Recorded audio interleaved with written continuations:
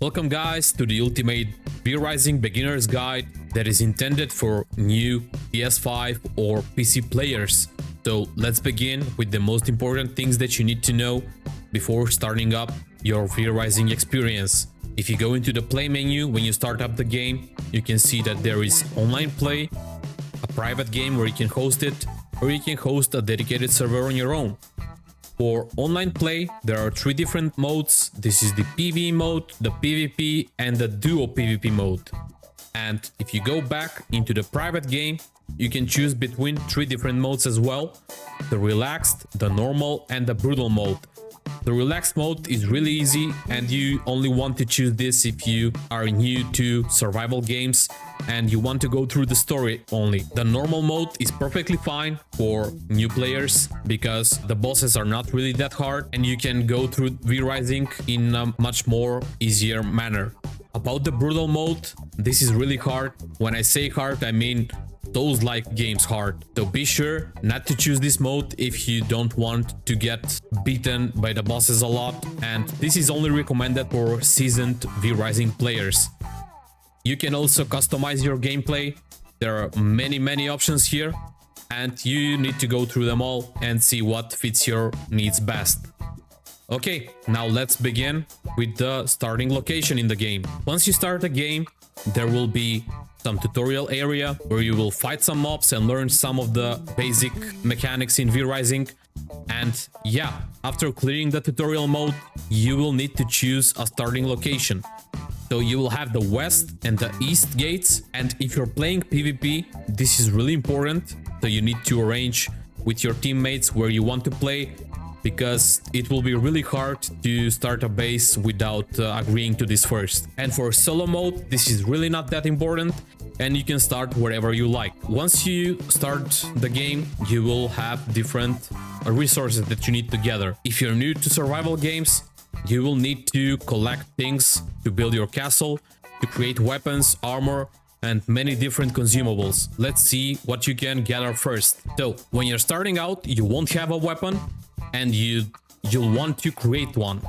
So if you go to the character menu, there are many different tabs here, and in the crafting one, you can create your bone sword, axes, mace, and spear. These all have different bonuses.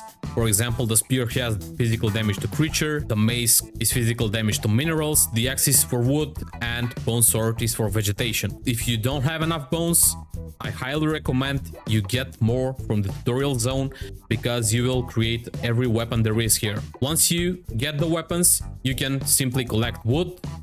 You simply get the wood like this, and with the mace you can get stones. It's really easy. You will notice that while you're clearing out the woods, you will get some plant fiber.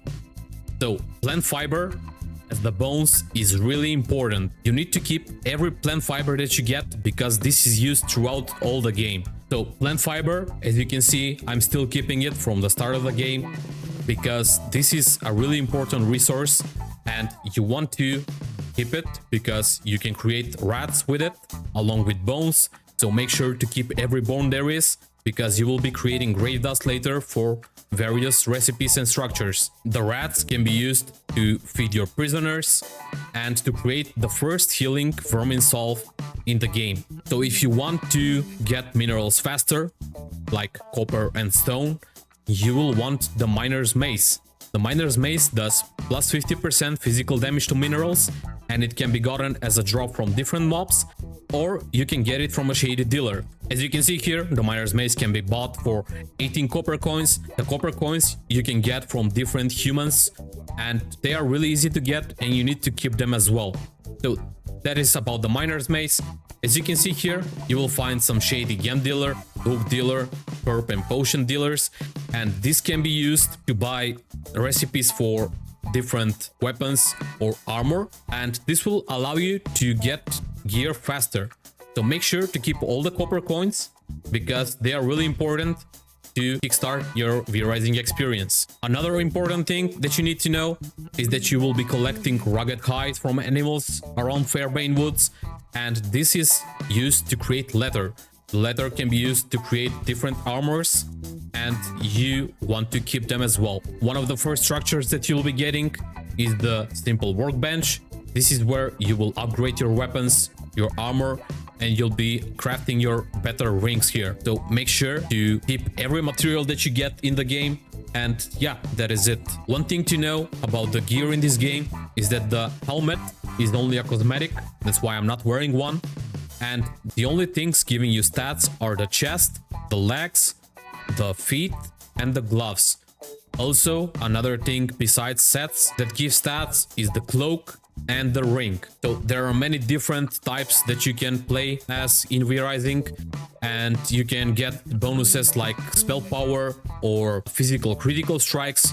It all depends on how you want to play the game. Besides buying stuff from the Shady dealers, you can also get paper, and paper is also created at a paper press later in the game with plant fiber and sawdust. So make sure to keep all the plant fiber. I'm saying it again. In the research desk, you will discover multiple consumables, rings, weapons, armor, and structures for your castle. About the building in this game, on the keyboard is the B key. I still don't know what the PS5 shortcut will be, but here you can find different castle, production, garden, decoration, and lighting options, and this is where your building experience begins. Also, you need to place the first castle heart. This will be a quest in the game, so it's not really hard to discover. So the castle heart is needed so that you can build in the zone. And the castle heart, just to know, it doesn't matter which location you will choose at the beginning on the map, because you can use the castle heart relocator to transfer it to another place. So don't worry about that. You just start the game, collect stuff, and that is it. Let's go over the weapons that you'll be getting. For example, at the start of the game, you can create a sword, axes, mace, spear, and a crossbow, and these all have different spells. So the sword has whirlwind, and the second spell on every weapon is unlocked once you get to the iron weapons. So don't worry about it. If you don't have it, you will get it later in the game. So let's do a quick showcase of every spell. So for the sword is the whirlwind, for the axe is the frenzy, for the mace it's the crushing blow, and for the spear it's called 1,000 spears. Also, once you start the game, you will have two different spells, the shadow bolt and the blood right. So the shadow bolt is a ranged attack, and you can attack enemies like that. And also you have the blood right. So this game has offensive and defensive spells, and the defensive ones allow you to block an attack and do some effect. For example, the blood right that you'll be getting at the start, once enemies hit you while the counter is running, you will inflict leech on the enemies and deal 80% magic damage. Leech is something like a lifesteal. You won't have an ultimate spell when you start the game. You will only have the dash. I have the Veil of Illusion unlocked, so I'm using that. But at the start of the game, it's simply a way to elude enemies' attacks. So when you start the game, you also have the control menu that will allow you to expose your vein for friends to drink your blood and get the same blood type. And also you have the Bloodman spell, which will heal you over time. In combat, like boss fights or in general fighting mobs, you are only able to heal yourself for a percentage of your health only. So make sure to collect healing potions like Blood Rose or Vermin Salve to heal yourself at the beginning. I mentioned the blood type while explaining the Bloodman ability. You have a blood pool of 10 liters and you have a blood type. So the blood quality means that you get different bonuses. For example, I'm using the Scholar one, and the Scholar one will provide me with spell power. There is Rogue, Warrior, and many different blood types. And what you want to do is make sure to drink the blood of an enemy with a higher blood quality, because it will provide you more bonuses. So if I hover over an enemy, you can see that I'm getting 23% at this one. So yeah, let's kill this one first. And while I'm doing this, the feed option will show and you can press it and you will drink the blood.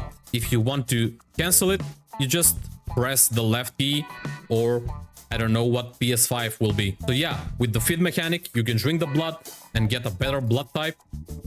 and you will see the bonuses in the blood pool menu. Okay, so now let's go to the vampire menu. In the vampire menu, you have the emotes. You can choose different emotes if that's your thing. You have the vampire powers that I mentioned here. These are the forms that you'll be getting. So you're getting forms by killing bosses, and this unlock different things. For example, the wolf form will allow you to increase your movement speed. The rat form will make you less noticeable. The bear form can help you crush stuff faster. And after that, you'll be getting the dominate human one, which will help you to get servants and prisoners. And after killing a certain boss, you will get the blood hunger, which will allow you to instantly recognize blood type and blood quality of units.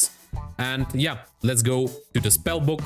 So the spellbook, you have different schools of magic. You have the blood magic, the chaos magic, the unholy magic, the illusion magic, the frost magic, and the storm magic. At the beginning of the game, as I mentioned, you will only have the blood magic type, and the spells can be seen here, and you'll be getting jewels as drops. So you can make those spells even better by placing a jewel here. They work like gems if you've played MMOs, and this will really help you improve your gameplay. It all depends on your playstyle to choose what bonuses you want. Each school allows you to have two types of spells, so you can create offensive or defensive spells, and you also get an ultimate spell from each school. You can only use 4 at a time, so including the dash. As you can see here, I have different dash spells, but I'm using the illusion one for now. And I have different ultimate spells. I'm using the Heart Strike from the Blood Tree. Basically, you can combine different schools and create your experience the way you want it. Here you have the map. You have the starting zone, the Farbane Woods. Here you have the Dunley Farmlands. You have many different areas that you will progress into as you kill bosses. About the bosses, there are 4 different acts, and it all depends on your gear level. The gear level can be increased by crafting better armor and weapons. And as you can see here, once you press on a boss, you will have the track blood option. The track blood option will simply allow you to track the boss. As you can see here, that is the red line.